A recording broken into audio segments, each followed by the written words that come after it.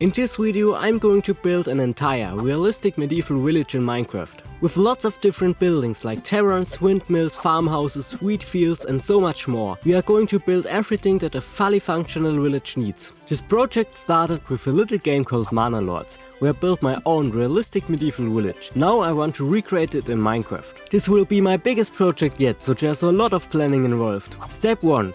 We start by building all the different houses that we need for our village. Step 2. We continue by building some custom trees for the forest surrounding the village. Step 3. We proceed with building nice decorations needed for the gardens and streets. And lastly, step 4. We conclude by placing everything together to bring the village to life. Well then, let's start with the first few houses. This first house is probably the most important one, as it will shape the building style of all the other buildings. I tried to make it as close as possible to the original Manor Lords design, and I think it turned out really well. In order for the village not to become too monotonous later on, I built several residential buildings with different designs. For this I built larger and smaller houses and used different types of wood for the facades.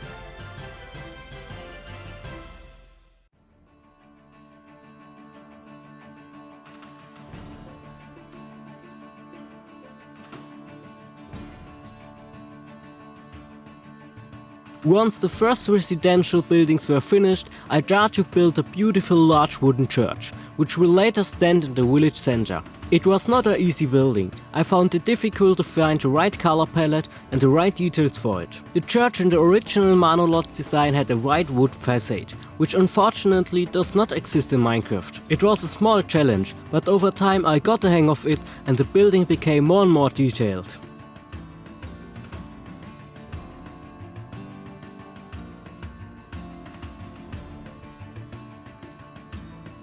After I finished building the church, I constructed various smaller buildings, starting with the ox stable, which is important for the village goods transport. Next I moved to the tannery. It's the first building with attached roof. I mainly used oak wood to get the right color, but also straw, or more accurately hay. It's fun to build so many different houses. Next I built a saw pit, one of the most important buildings in the village. Without it, we could hardly get the boards for the houses.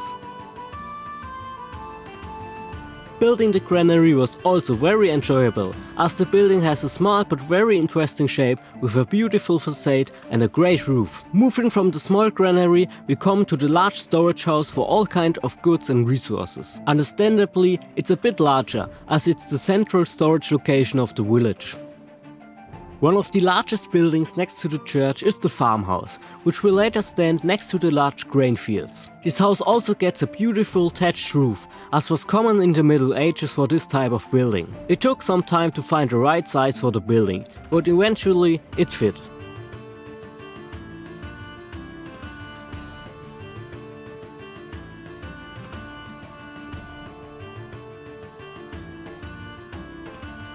A village of this size must also store a considerable amount of resources. For this there are large and small storage houses scattered throughout the village. In this small storage house various things are stored, such as wooden boards. It's also very important to have enough to eat. For this the moss-covered forger's hut is responsible. The workers from this building gather berries from the forest and also grow medical herbs. Of course, a whole village won't be satisfied with berries alone. Therefore we build a windmill next. With this the farmers can process the grain from the fields into flour and bake fresh bread. But what happens if our village runs out of bread to a poor harvest? Then the trading post ensures that the bread is procured from the neighbor village. It will be one of the largest buildings in the village. The design therefore posed some difficulties for me. At first it was too big. Then the roof had the wrong shape, and then the details somehow didn't fit. As you can see, there are many changes, but in the end I somehow managed to make the building look good.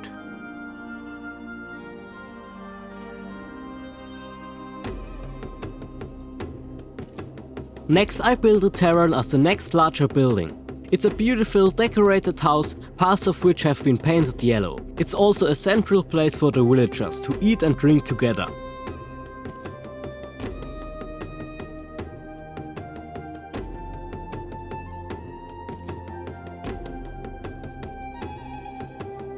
There are still some important buildings missing that are essential for the construction of the village. Therefore I have also built the woodcutter's lodge, a small house, the lumberjack's camp, the clay ovens and the community ovens.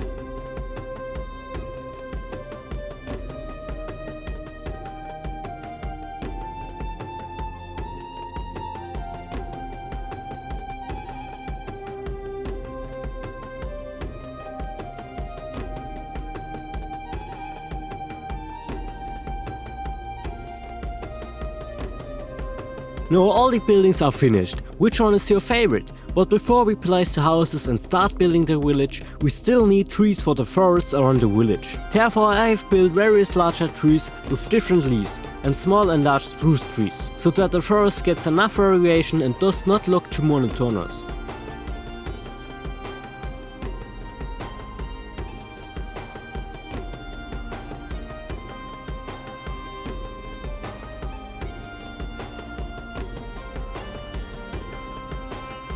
As the final step before we can really start building the village, we need some beautiful decorations and other small things to breathe more life into the village. After all, the gardens and streets must also be filled with details. I have built numerous decorations, from small sheds, chicken coops, market stalls to small forges, so that we can place them in the village later.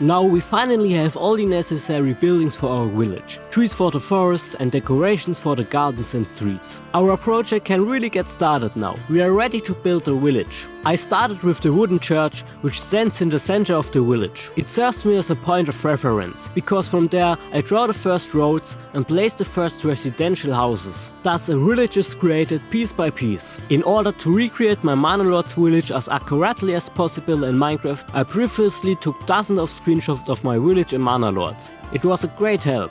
Another great help was the Axiom mod. It was a great help to me in placing the buildings and painting the roads. It was actually the first time I worked with the mod. It's amazing how much you can do with it. I've only used the tip of the iceberg so far. In my next projects I definitely want to learn more about the mod, especially how to build beautiful terrain. Because as you have probably already noticed, the world is still quite flat. I'm unfortunately not yet very good at creating good terrains with WorldEdit or Axiom. It's time for me to learn. Well, we compensate for this with the many different buildings, the forests, and later with the many details. See for yourself how the village is created.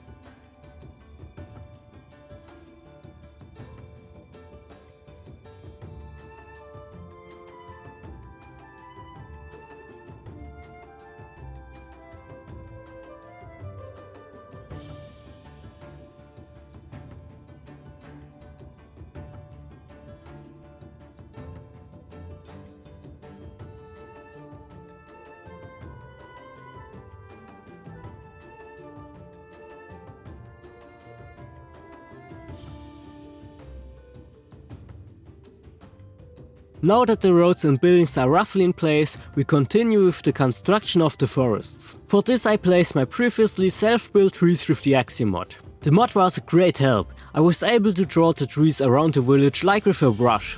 With the trees it's slowly starting to look like a real world.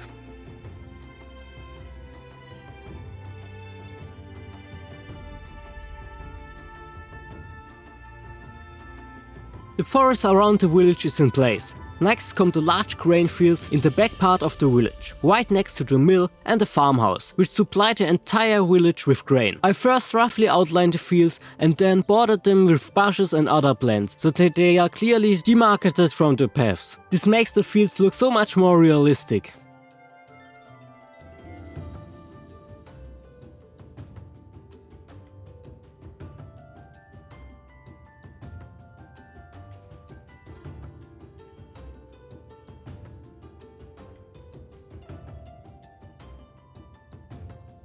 With the fields finished, we now move on to the details. After all, the houses still lack their beautiful large gardens, where people can plant fresh vegetables and adequately supply themselves and their neighbors. Once you start, you somehow can't stop building the gardens. It's just a great feeling to see how the village takes shape piece by piece, how it comes to life and no longer looks like a lifeless backdrop. Not all the houses have poor vegetable beds in their gardens. Some also keep chickens or even goats for milk and cheese. You can recognize it by the small wooden stables that I place in some gardens. After all, the villagers don't all want to offer the same thing at their market stand.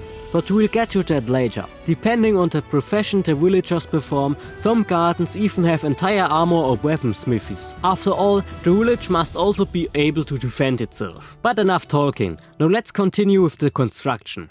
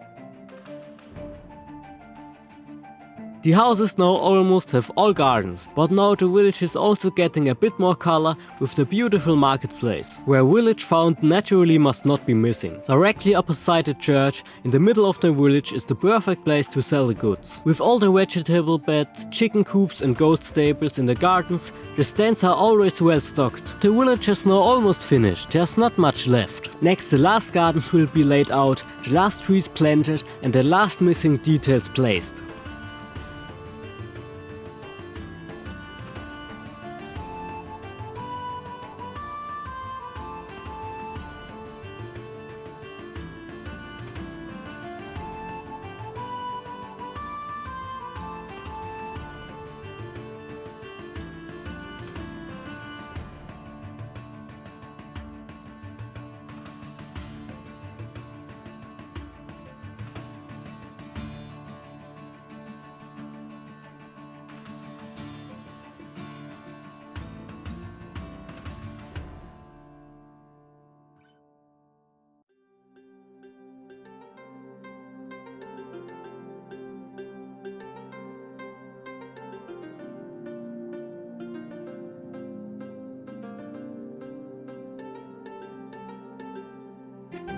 And with that we are finished with the construction of the village. I like it. I've put a lot of time and effort into the village. I hope you like it too. The schematics for the houses will appear on my Patreon over the next few days and weeks, in case you want to recreate some of the buildings. But now enjoy the little cinematic and see you next time.